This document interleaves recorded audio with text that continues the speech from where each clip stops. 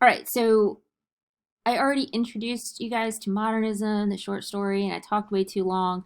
But the one cause that I do want to spend a little bit more time on, because it really does fundamentally change the world, is the Great War, and which will become World War One after World War Two. But the Great War, and the Great War is significant because it's the first modern war that we really face, and it the technology that fueled this war, the mustard gas, the tank, trench warfare, this group, it really put people face to face with the realities, the gruesome realities of the war. And you even at like the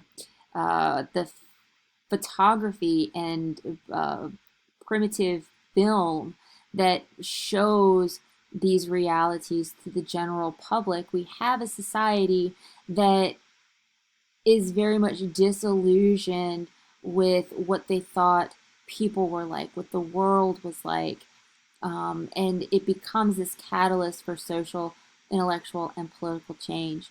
And because of that, we have this disregard or discard of romantic views of nature and this emphasis on the focus of the interior world of characters.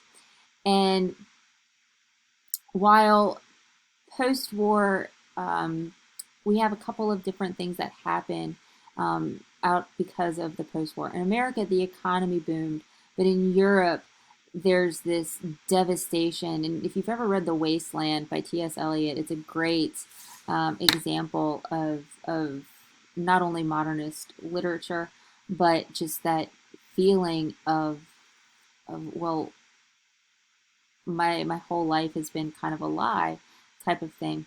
But Europe still recovering, and it becomes home to many Americans who preferred a kind of bohemian lifestyle. And that's important not only for our author for the week, but also for our story for the week, because what we have that stems from the Great War is a lost generation. And there's two kind of facets of the lost generation. One is a reference to a generation of people who reached adulthood during or immediately following World War One.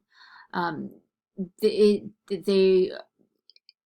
the term lost referring to disoriented, wandering, directionless.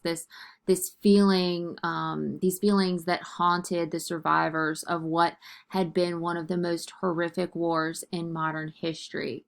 In another sense, the lost generation was lost because it found the conservative moral and social values that their parents had and instilled upon them were now irrelevant in a post-war world.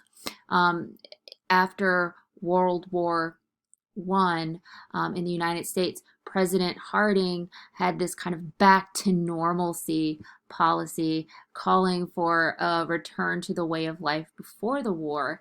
And the lost generation had feelings of spiritual alienation from facing what they believed would be a hopeless, materialistic, and emotionally barren life. Because these guys witnessed what they considered pointless death on such a massive scale during the war, many members of the generation rejected the traditional ideas and proper behavior, morality, of gender roles, that their parents passed on to them. And we talked about that a little bit earlier. They were considered to be lost due to their tendency to act aimlessly, even recklessly, often focusing on the hedonistic accumulation of personal wealth. From a literary standpoint, The Lost Generation refers to a group of well known American authors, including Ernest Hemingway, Gertrude Stein, F. Scott Fitzgerald, T.S. Eliot, and Ezra Pound, whose works often detail the internal struggles of the lost generation. Um, They wrote about things like decadent excesses, the fallacy of the American dream, gender bending, a belief in an impossible future, and those kinds of themes. But um, all of the reason I bring this into light is not only because it's a great segue into talking about Ernest Hemingway, but it also is a great way to end our discussion on modernism, and it really encapsulates, the movement in general, and how we got there, and why the movement does what it does. So I'm going to stop here, and I'm going to pick up with the man of the hour, Ernest Hemingway.